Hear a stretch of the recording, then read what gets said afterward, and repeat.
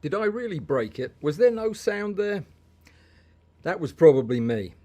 Do you ever do anything and just immediately regret trying it? I thought over the weekend, setting up the studio to do a live demo, no big deal. No big deal. It's a big deal. And yeah, I have been going crazy this afternoon for the last 7 hours trying to get this set up. So we will continue with no further ado. Let me just tell you about what's coming up the rest of the week. We're talking about reflections today because somebody asked me last week. I forget who it was. Somebody said, "How do you manage reflections in macro photography?" So we're going to talk about that today, and then on Thursday, if I don't completely lose my mind trying to set the studio up, we'll be doing another demo going over the rig. This will be a kind of a basic, a beginner's look at a macro rig. What you need, what you don't, the various adapters and all the stuff you need to get if you're going to build a rig for yourself.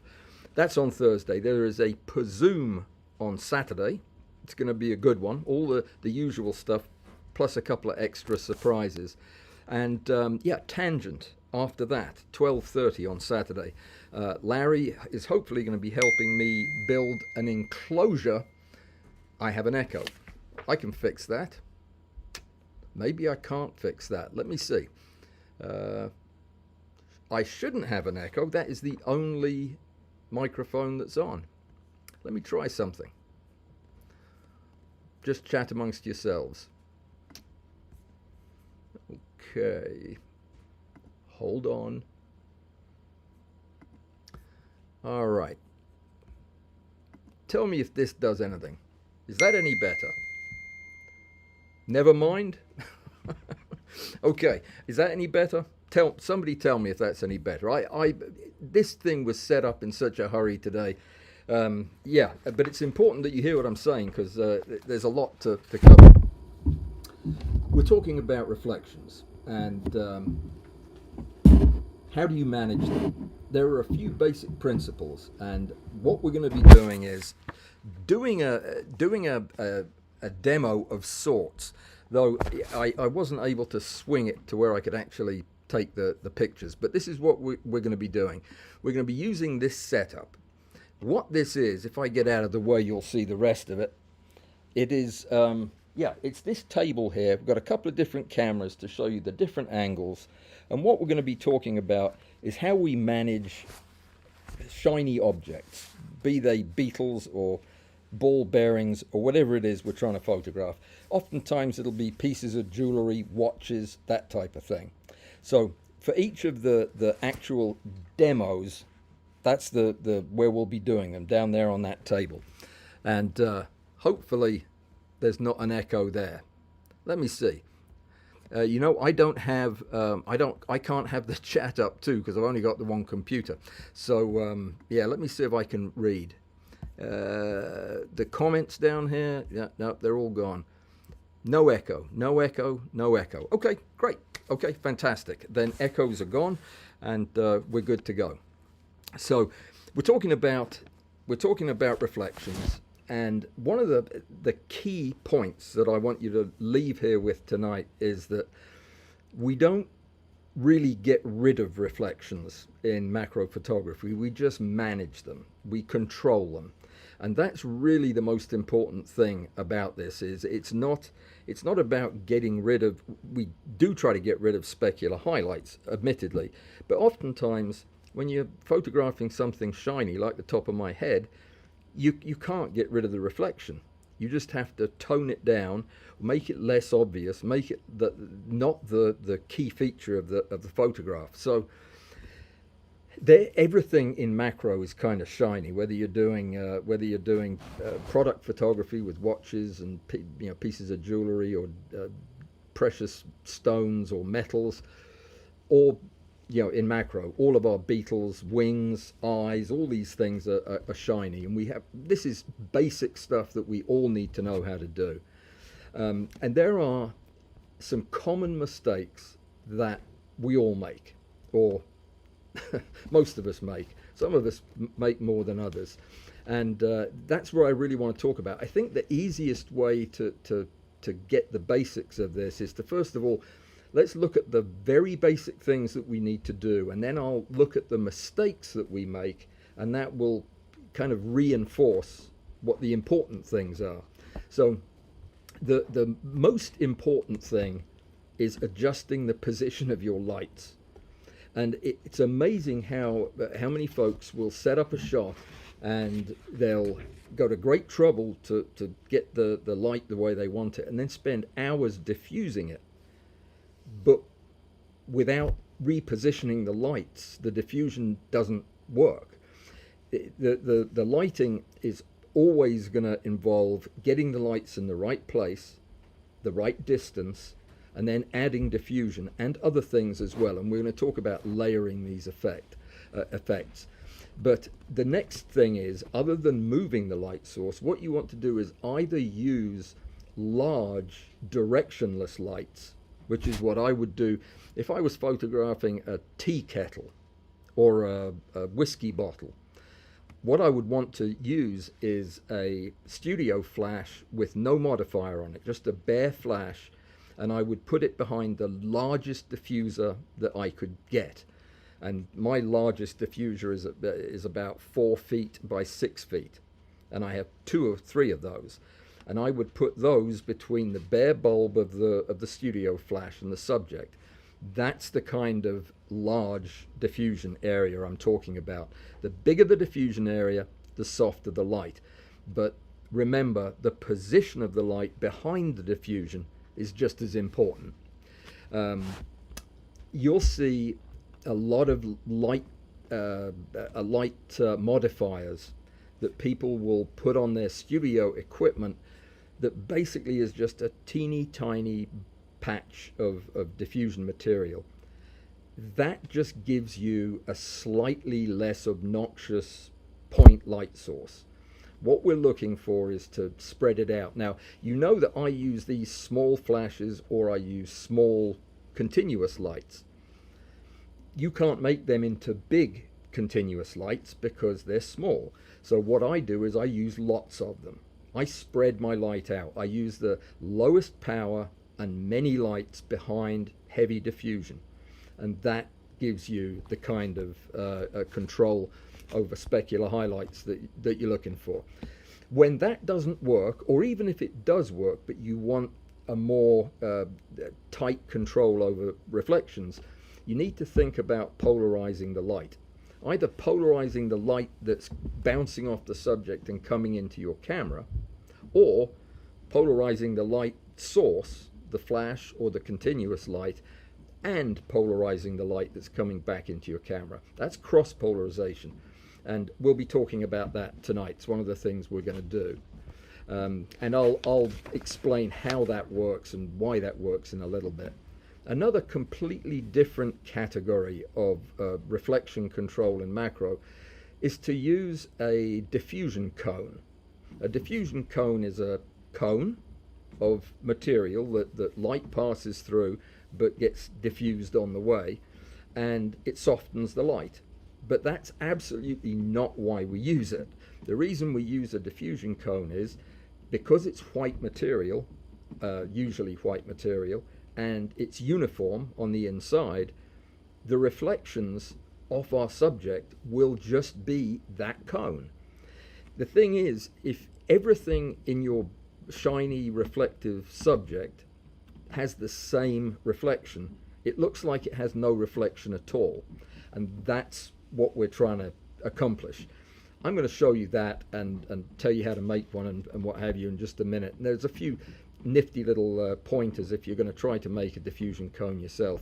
Basically, just look at the diffusion cone I'm going to be using and do everything completely different from that.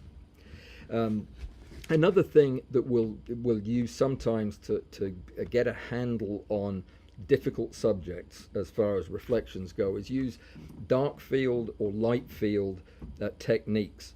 Basically, where we're shooting against a dark background that is darker than our subject, or we're shooting against a background that is as light or even lighter than our subject. And One of them is good for translucent objects like glass. The dark field is really, really good for shooting glassware, glasses, not glasses, the glasses you drink out of. Gives a lovely glow to the glass if you're shooting against a dark black background. Whereas when you have things that have surface texture that's interesting, it's often better to use a bright field technique where you really accentuate the textures on the surface of the subject, and I'll show you how we do that too. The last thing that I use is a kind of a slit lighting technique. I'm not actually sure what this thing is called. I've been doing it for years, but I'll show you how to set up this particular kind of lighting to very much isolate the subject in terms of reflections. It'll make more sense when you see it. So let's talk just for a second about what everybody does wrong, the mistakes that we all make. The first is what I just referred to earlier, is using two-point a light source. Something like the light sources I'm going to be using tonight, which are individual, tiny, single LED spotlights. I'm doing it to exaggerate the issues that we're going to be looking at. So if you're using small, direct light sources, single flashes, for example, it can really cause a lot of specular highlights, as you know. That's areas of really concentrated brightness that often result in a loss of detail. Different from the kind of reflections you might see in a tea kettle. Specular highlights, you can see them in anything, and it's just where the light source is so concentrated that it blows out the detail and you get an ugly white spot. So that's probably the most common issue that people fall into, is they go out and buy a whole bunch of little bendy arm spotlights and put them right on the subject, and it's difficult. Putting the lights in the wrong position is the next thing that we do wrong. The first thing that we should do when we're setting up a shot and we have selected our lights and we've attached them to the rig or the table or whatever, is we should look at how the light changes as we move them. Oftentimes, a movement of a couple of millimeters or a centimeter or two will make such a dramatic difference in the way the light interacts with the subject, and we just really need to make that a must-do thing every time we set up a shot, is just try a couple of different light positions until you get really, really comfortable with it. There's a concept called a family of angles. It doesn't make any sense to me. It doesn't sound like a family of angles, but I've read it for years. There are some angles where no matter what you do with the light, it is going to bounce right back into the camera. The best example is putting a flash on your camera. If you have an on-camera flash, it is right in that cone of reflection, and no matter where you put the camera, it's going to bounce right back into it. So figuring out where you don't want to put the lights in relation to the camera is a very important part of setting up the lighting for your shot. So oftentimes we'll shoot at the wrong angle, and that's the camera angle. When we shoot straight onto a subject, and we'll demonstrate this in a minute, almost any light that is close to the camera is going to end up giving you these troublesome reflections. So oftentimes it's just a matter of tilting the subject a little bit or moving the camera just ever so slightly to the left or right will often throw that family of bright reflective angles off to the side of the camera and take away the specularity. Another mistake that we make is not reaching for a polarizing solution early. When we're dealing with brightly reflective insects, for example, it's one of the first things I do. Now, I might not cross-polarize the light at first, because for me that could mean having to polarize 8 light sources, but I will certainly try polarizing the light that's coming back into the camera. It does reduce glare and ugly reflections, but it doesn't get rid of them. Cross polarization gets a lot closer to getting rid of them, depending on the equipment you're using and how you use it. Very, very important, the how you use it part, and I'll show you that this evening. The next mistake that I'm guilty of doing from time to time is using just more and more diffusion without considering the directionality of the light. Putting more diffusion on a light that's in the wrong position is not going to do anything but slightly tone down your ugly reflections. So definitely think about them both together. When you're looking at diffusion, ask yourself, is this diffused light in the right place? Oftentimes it won't be. The other thing that we do is we forget to use tools like flags or bounce cards. These are just pieces of material that either stop some of the light in a directional way, or they add some light in a directional way to give an effect that we're looking for. So understand that the angle of incidence, the angle that the light is hitting your subject, is the same as the angle that's reflected, only in the different direction. If your light's coming in like this, the reflected light is going to bounce out at the same angle, turned the other way around. That's important because it means reflections are predictable. We know where they're going to be. And if you move your light directly in line with the camera, then your reflections are going to be directly in line with the camera. And that's not that's never going to be a good thing. You can put diffusion till the cows come home if you've got a light right next to the camera, and you're never going to get rid of the reflection. So angling the light to the side will allow the light to bounce off and miss the camera.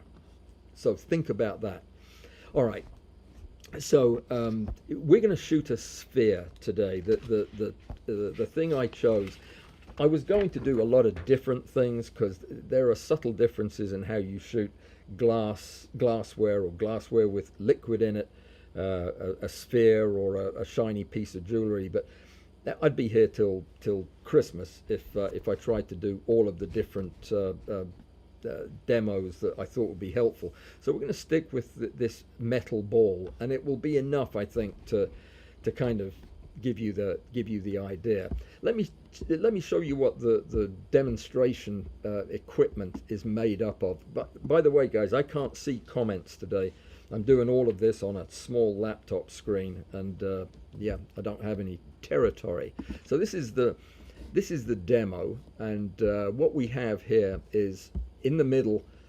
You see my D850 with a long 200mm macro lens on it, which is going to be the only lens I use for this, and that's in real time. We're seeing that just exactly the way it is, with 2 primary lights and then all the other lights that I have on in the studio, so you can see who I am.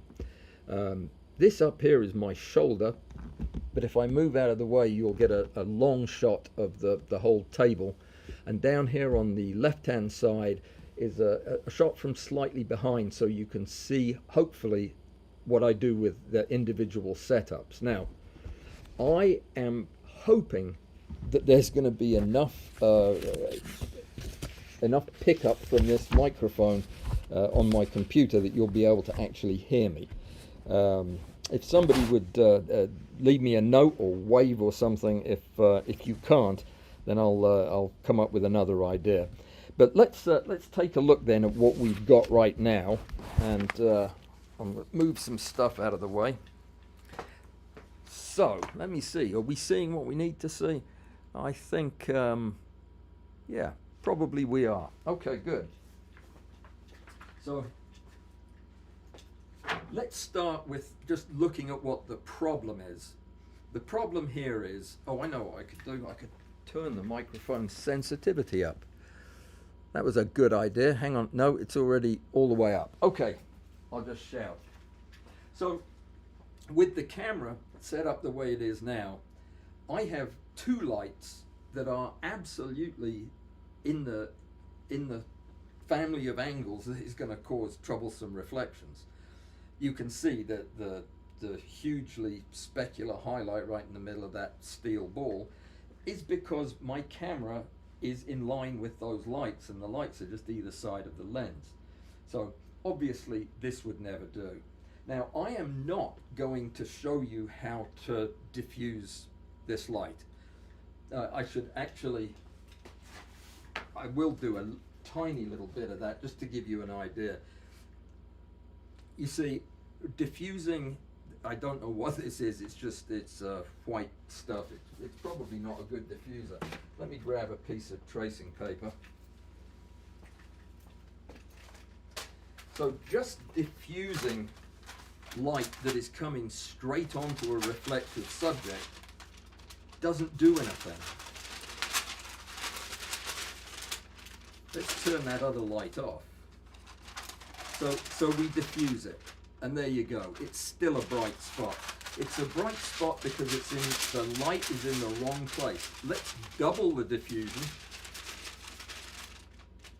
A little less atrocious, but not much. It gets rid of some of the background light for sure.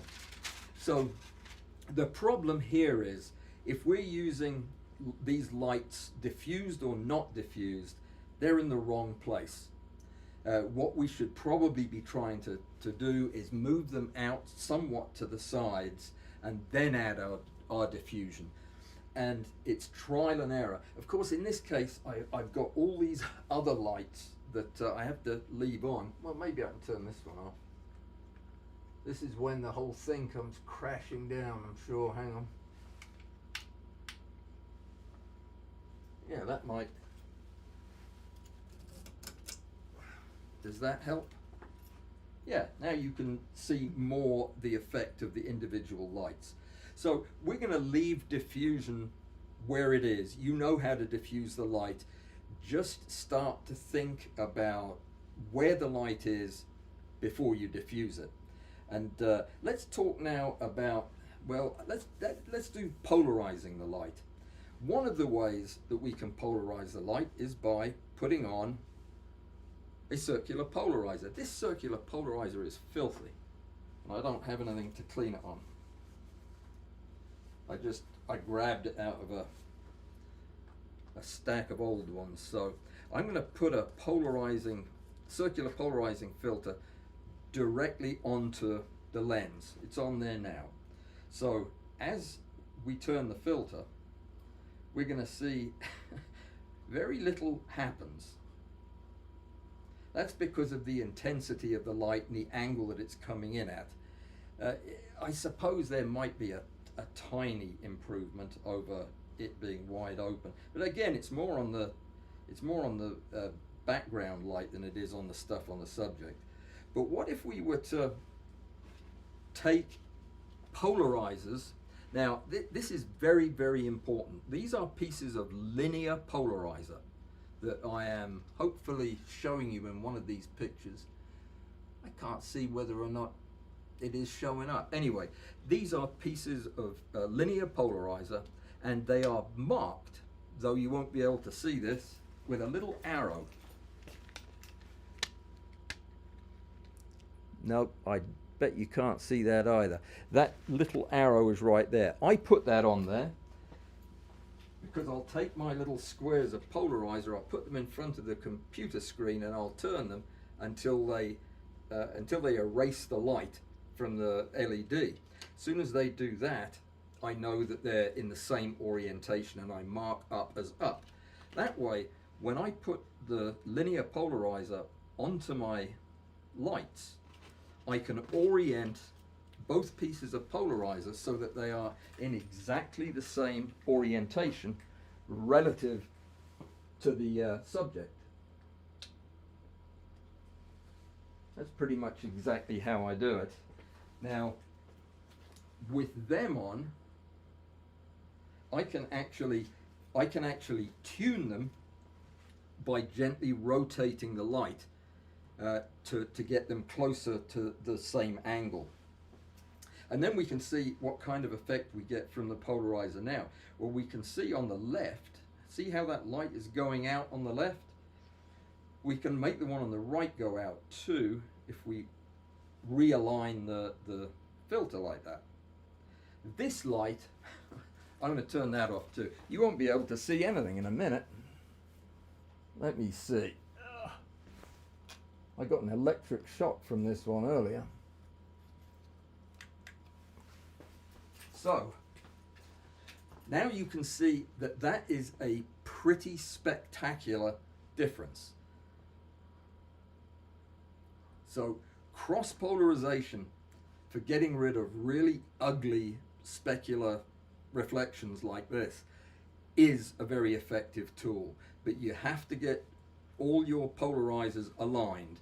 And remember, all I'm doing is twisting one of the lights until it falls in sync with the other one, and then they should both extinguish as soon as the circular polarizer is perpendicular to them. So that's pretty effective. Now, here's something I'm going to tell you over and over, and that is, hang on, let me get some light on the subject. So I'll tell you this over and over, seldom is one technique enough to get rid of difficult highlights. It's often enough to give you a leg up on it, but seldom is just adding cross polarization going to be all you need. Adding some diffusion, moving the angle of the lights as well as cross polarizing them will definitely stand you in good stead. So moving the light to a different angle to get some of those ugly straight back reflections gone, that will be useful as well. Even putting some kind of a diffusion element like one of these cones can have an effect, but again, you need to consider where your lights are and how many and how bright. Okay, so cross polarization, any questions about that? It's something we talk about a lot, and it's a very, very handy tool, but remember, it can be added to whatever other techniques we're using. Let's talk now about the cone. Let me go get it. It's right over here.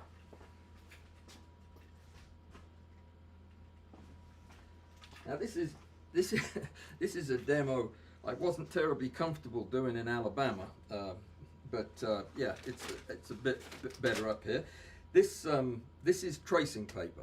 Now you can get these things, these sheets of tracing paper as big as you want. This is the stuff I buy. I don't know if you can see that. It's absolutely ginormous. It's about 3 feet wide or more than that. So you can make a cone any size you want. This is about as big a cone as I would make. If the cone is too big, it tends not to diffuse the light very well. If the cone is too small, the light gets directional and hot. Having the cone to give you this environment in which all of the reflections on our steel ball are going to be the inside of the cone, or most of them will be, that's our goal. So what we need to do is we make the cone and then we cut a hole in it. The hole is for us to look in with the camera and find our subject to photograph. Obviously, it would be very nicely diffused if we just put it in the cone and left it there, but how would we know if we couldn't photograph it? I had to cut a little door in the back of this cone because I was getting frustrated trying to get the shot. So what we do is we make this cone just by cutting a semicircle out of your diffusion material, turning it around and using sticky tape on the back to make it into a cone. You want it about twice as tall as it is wide, but even the angle makes a difference, by the way. The steeper it is, the more your light is going to be focused on the subject. the flatter it is, the softer the light. So this is a fairly pointy one for me. But the idea is you will, let's move the lights off to the side for a second. What I'm going to do is with the camera, which hopefully you can still see, I'm going to position the subject and the cone and the camera until I can get the subject. Now, I did this for ages earlier on today, and I decided I'd just do the top half of the cone because I made the hole too small. By the way, a cone this size probably needs a 2.5 to 3 inch hole cut in it. And you'll notice that my camera's way back from it. Mo, you can't see that, or maybe you can. You will in a minute. I shouldn't be doing this. There. So my camera is a long way back from the hole in the cone. That is a problem, and that tends to make the reflection of the hole more obvious. So generally, if I'm doing this, I try to get my camera almost touching the hole. Now I can't do that because of having the equipment set up like this to where I can actually show you something. So we'll just pretend that I'm close to the hole, and we'll focus a little bit. Now you can see immediately that there is a problem. If our light, like this, is right smack on the cone, then look what we get on the picture. We get nice soft blobs of light that are blown highlights, this specular problem that we have without the cone. But to make the cone worthwhile and to make it actually do what it's supposed to do, we need to pull the lights way, way back. Maybe add a few lights. I can't even get them far enough back. I'll just turn one of them off and then I'll show you what I mean. So you can see that spot of light. Move the light back and back and back until what you have is basically the whole inside of the cone is what is reflected in the steel ball. You can change the position too, and for example, if I move the position to the front here, we make the hole more obvious. But if we were to get our lights both from the side and far back, the hole becomes a lot less striking. Now remember, I'm doing this with the camera way too far back. I'm tempted to, well, I will take the camera off here, but this is, yeah, this might not be a good idea, but let's give it a try. So I'm using too long a lens. That's another reason. Yeah, I don't think I'm gonna be able to. No, I'm actually already at the minimum focus distance, but take my word for it, the spot will become less obvious the closer we are. I'm still at least 8 inches too far back, but see how that hole there is a fairly well demarcated mark, and that is not too terribly difficult to get rid of in Photoshop. So that's always another option. All right. So, any questions about how to use a cone? Yeah, they're not easy to use. Remember, the key here is we're using the cone to trick the camera into thinking that the steel ball is just white. It's reflecting its universe, which is white, because we can't see the cone, of course. Notice that I've also got it on a white base. You wouldn't want to have this on a black base because that will reflect the black card up into the underside of the ball. So anyway, That's a terrible, scrappy looking cone, but practice making them, and I'm sure you can make a nicer one than I did. So let's put our ball back. All right, what's the next technique? One of the things I talked about was using this slip technique, which is really pretty pretty straightforward thing to do. It involves taking another piece of black card. Let me try changing that camera one more time to where you can see the whole thing. I really can't see if you can, but we'll try it. We'll try it. So what we have here is a piece of black foam core that I've cut a window out of. The window should be not much larger than the subject you're going to be shooting. Now this can be white or it can be black. It doesn't matter. What it's going to do is separate the subject from the camera, except where the reflected light is coming back. So that doesn't probably make any sense. But what I'm going to do is stand up this other flag. It's really all it is a complete flag. Then we'll take our subject and place it close to the backdrop. It's not very close, but you get the idea. So it's close to the backdrop behind the door here. And if we take the forward light off, it's getting no light at all. So what we do is, instead, we shine the light in from the side and across. So the light is coming across the subject and it's illuminating the back of the backdrop to some degree. You can't see it because I'm not focused, but let me show you. It's let's get that. So what you have is light coming from right now just one side, but what we're not getting, I'll put the other light over there too,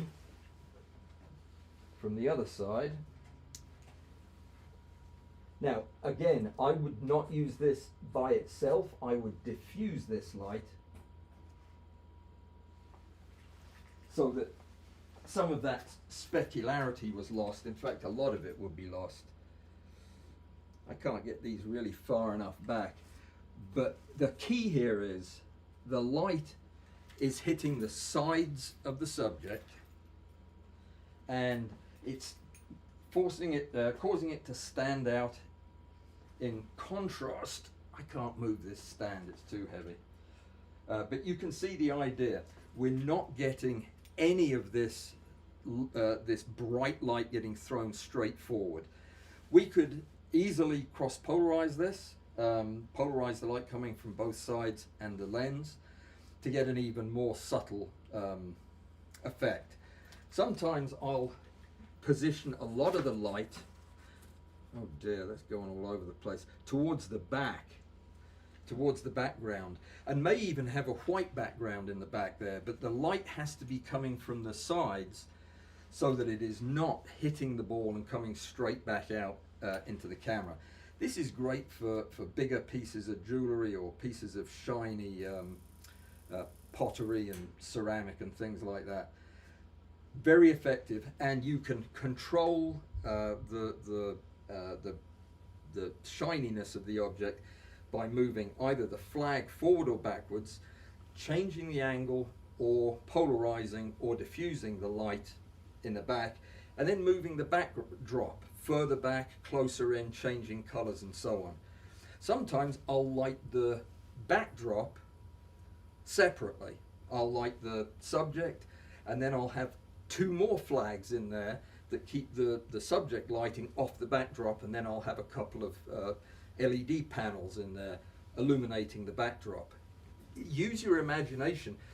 All of these things work together, but this particular tool I think is one of the most interesting and exciting ways to get really unique looking images that look very, very professional. So mess around with this and see what you think. Let me see, what else was I going to show you?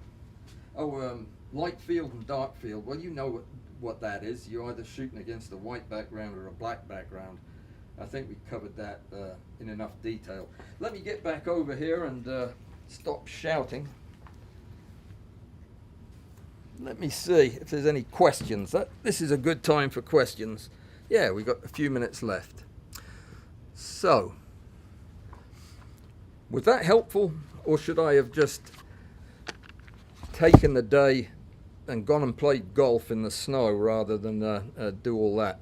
Anyway, I think that pretty much shows everything that I wanted to show you. I've got a few more points I want to make, but before I forget, anybody who is interested in doing high resolution, high magnification photography and has gone and purchased a Nikon Plan apochromatic objective to do the photography I was talking about last Thursday. I'm talking slowly because I can't open this box that I wanted to show you.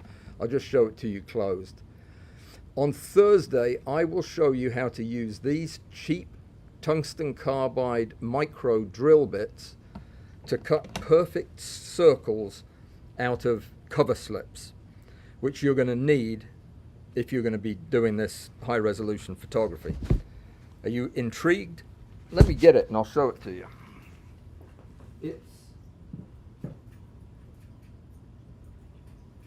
This is because the corrections in the objective are designed to be fully corrected only when there's a cover slip on the subject, and we don't have cover slips on our subjects. So we put the cover slip right on the lens. And I cut it round because I thought that was classier.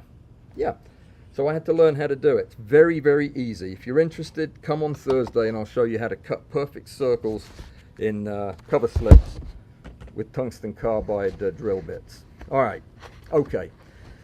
Any questions? Let me see. I'm going to, it's a bit dark in here, isn't it? Somebody's been turning the lights out while I've been doing this. Oh, that must have been me. This was how I electrocuted myself earlier because I couldn't find the on button. Hang on. There we go. I think I'm going to go back to sitting behind my desk after this. But anyway, let me see. Questions. Paul. Nope, he's nope, that wasn't a question. Okay. Oh, Joseph missed the live stream. What? You missed the live stream? We're still doing it. Russ Richards uses these drill bits for making printed circuit boards. Absolutely. I think that's what they sell them for. But they're also good for cutting circles in cover slips. All right, Joseph. But that was the big flaw with Alan's gem shot on the title card. That was not my gem shot. That was a Pexels image that I grabbed because, yeah, I'm still trying to get my photographs back from my computer crash. No, that was one I just licensed to use. So yeah, it was the first shiny gem that I found. So yeah, don't give me any guff about that. Paul, yes, that is my 200mm f4 micro Nikkor on the D850. Lovely lens, isn't it? Absolutely wonderful. I'm going to go back a little bit because there are some questions here. I'm not going to mention circular polarizers to Alan. He's not a believer. Okay. What are you not going to mention about them, Joseph? The quarter wave plate that they put in there so your autofocus works. I don't use autofocus though, do I? All right. Let me see. These don't look like questions. What is COTS? Commercial off the shelf. Something you can buy new or used instead of having to build. fair enough. All right. I feel like I'm just reading through a bit of side chit chat. Robert Wester, he uses a Hasselblad bellows with Hasselblad micro lens on his GFX 100 to get to 3x. I am halfway through doing a review of the craziest set of bellows I have ever used in my life, the Swing Tilt Shift bellows by Kenlock. Thank you to Paul Daly for lending them to me. It's a beast of a device. It is so complicated. I work on it for about an hour and then give up and come back to it later. But yeah, if that if that was the only way to improve depth of field back in the day, I would not be a macro photographer today. That would have absolutely done my head in. Very difficult. All right. Yep. Okay. I don't know what you chaps are talking about, but it sounds fascinating.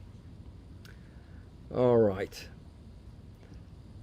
Nope, not a question in here. Well, that's okay. Let me see. Joseph says, I used to do macro with a 4x5 view camera and a 900mm rail. Yeah, I would have given up if I had to do that as well, Joseph. You're a better man than me, Gunga Din. All right, so this stuff is complicated. Yes, it is. All right. Has everybody kind of got the idea here of what control of reflections involves? It involves using any and all of these techniques that you need to in order to get the image the way you want it to look. And it's not just a matter of on or off. You don't get rid of these things, you just modify them to where your subject looks the way you want it to. So you need to have all of these tools, and if you're going to use them effectively, you probably should practice all of these tools and practice them together. It's a dangerous habit to get into of having one tool, say cross polarization, that you're really comfortable with and you use a lot, because what happens is you'll start just cross polarizing everything, and that is not the right answer for a lot of specific cases. It is for others. There are particularly subjects that don't have just a uniform, smooth, shiny surface like the hood of a car or the side of a bowling ball, but they have multiple reflective surfaces. A watch face, for example, a watch with a bezel and some jewels in it and shiny hands and the crystal on the front. Everything is reflecting in different directions because the light is hitting it in different ways. Complicate that by having a very complex lighting situation where you have lights coming from everywhere, and you absolutely have to use multiple techniques to control the reflection and the degree of specularity that you can live with. That's why to do a shot like a watch that you want to have uniform light, maybe not completely uniform, some shadows, or maybe have a secondary fill light that's just modifying the shadows. That is when I will pull out these gigantic sheets of, they're double sheets of vellum stretched over a wooden frame. That I use those scrims for anything bigger than a deck of cards that I want to photograph, so that my studio strobes create this wall of light with no spot of brightness in the middle of it, just a uniform light, and that is the best way to get rid of the really troublesome reflections when the light's bouncing off in every different direction. All right, so let me see. So are you still banging on about that gem on the title card, Joseph? That's terrible. The Swibo TC1 is a modern, larger alternative to the Kenlock. Pretty affordable too. I would have had you down as a what's that one that you like? I forget the name of it now. The gigantic one, Cambo. Are you not a Cambo bellows man? Those bellows look like the bellows my grandmother used to light the fire with. Just gigantic. All right. Paul, I was afraid I was hanging a stone around your neck with that Kenlock. Well, yes, you were, because I'm not gonna walk away from the challenge, but I do need to figure out how to use it. All right. Let me see. Has anyone built a cheat sheet with use cases for various light reduction techniques? Yes, I have. In fact, I have a table that, yeah, I will. If I had a second screen, I'd show it to you. If you want a copy of it, I will be happy to publish that on the website. It's just it basically just covers the basics that I've just talked about, but does give you some pointers as to what subjects work best with what techniques. Yeah, I'll do that. I will find, yeah. Let me see.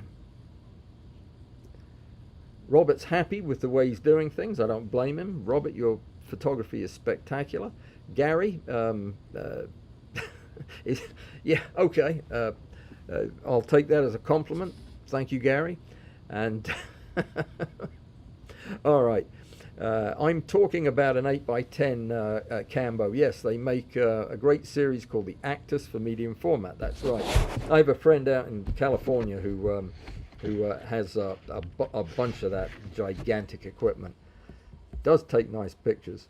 Does that table come with chairs? I made this table. I actually made it myself from it was an old printer stand for a plotter. Yeah. I broke the plotter, so I made it into a table, and it does not come with chairs.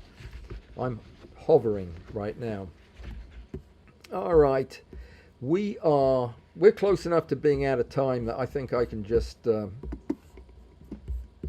start chattering at this point. I think everybody's going home, which is probably a good idea, and it's going to take me forever to clean this place up. Or maybe I'll just leave it the way it is. It is useful for. It's a nice corner of the dungeon for photography, I must say. It gets pretty dark. So did I forget anything? No question. Oh, flags. Nobody reaches for a flag soon enough, in my opinion, when you're in the studio. Definitely keep some black foam core cards around, and don't be afraid to freestyle it. Put them up wherever you need to block any unwanted light. It is a key part of taming reflections. Let me see. You know, I'm feeling like I forgot something really important. Who knows what it was? Do any of you guys photograph coins? Coins are a special problem. Not a huge problem, but people who photograph coins really photograph them to the exclusion of many other subjects. I mean, coin photographers are pretty single-minded, aren't they? But lighting for coins is difficult too. The angle will make or break a coin photograph when you have very subtle changes in the surface texture of these things. Cone dimensions. That's right. I was gonna tell you. Probably the right size cone. That thing there is almost 20 inches high, which is too high for most things, but glassware or little statues, things like that would be good in that. For a watch or that steel ball that I have in there, probably 12 to 15 inches tall and about no, less than that. I'd say probably only about 8 inches tall and about 12 inches wide for that ball would be a much better size. So the steeper the cone, the more focused the light. So pointy ones give you pointy highlights, but they're good for when you want to have some spot of brighter light, like jewelry. That would be a good time to use a steeper cone. Even soft light with a flatter cone, and glass and wood, bugs even do well with that more diffused light, shallower cone. Material, I'm using fairly good quality tracing paper, but acrylic, they make thin sheets of acrylic that's more bendy, and you can use that. I've got one of those dog collars that you use so you don't bite yourself. That I have to put it on every night so I don't bite my arms. But it's around here somewhere. It's perfect for this. It's already in a cone shape. I just don't have a hole cut in it. That's good. Tracing paper though, vellum. Some people actually 3D print cones, which would be a cool way to get a nice accurate hole in it. But I've never done that. I didn't even know you could buy translucent printing filaments. By the way, the sharper the hole, the neater and straighter the hole in the cone, the more likely it is to leave a really harsh black dot. One thing that you can do is cut a collar of white foam core around the end of the lens. Get your lens right down on the cone, and that will often, the out of focus reflection will kind of blend in the dot. It makes it more like a grayish blob than a sharp black dot. Some people use cloth like cotton or polyester or something that you can shine light through. That's too big a pain, because you have to either starch it or put braces in it, and that causes shadows. So anyway, don't worry about that. The key mistake people make is getting too close to the cone with your lights. Keep your lights way off. You want the whole cone to light up from your lights. If you don't have enough light, don't move the lights closer. Go and get another light. I should have mentioned this also. Use these LED panels if you want to spread the light out over a bigger area. It's a very good technique. That goes for a lot of different things. I know a lot of product guys who have got away from using studio strobes and just use larger, softer LED panels, and that can be very effective. So we're done, and I'm 3 minutes early. So trying to think if there was anything else. I know somebody who uses white extension tubes made out of PVC that he puts into the hole on the cone. So it really is, it does a great job of not obscuring, but making the black dot more subtle. Sometimes if you're using the cone, you actually want to let some specular light in. Maybe it's to show off the band or the strap on a wristwatch. It's okay to cut little windows in the cone and let some light get in undiffused. So think about that. It's all about being creative. And yeah, I think that's it. I could go on talking about this forever, but everybody would stop listening. So why don't we call it quits? On Thursday, I'm going to talk about what's really important in building your first rig, and I'll talk about all the things that you normally would just call me on the phone to ask me, like what size adapter do I need and which way around does the lens go, that type of thing. So we're just going to go back to basics and talk about that and have some fun on Thursday. So, anything else? Nope. All right. Good night, everybody. Thank you so much for coming. And I will see you on Thursday, Saturday, or Saturday. Have a good one. Take care and stay safe, everybody. I hope it's warm where you are. Not real warm, just warmer than this. Take care.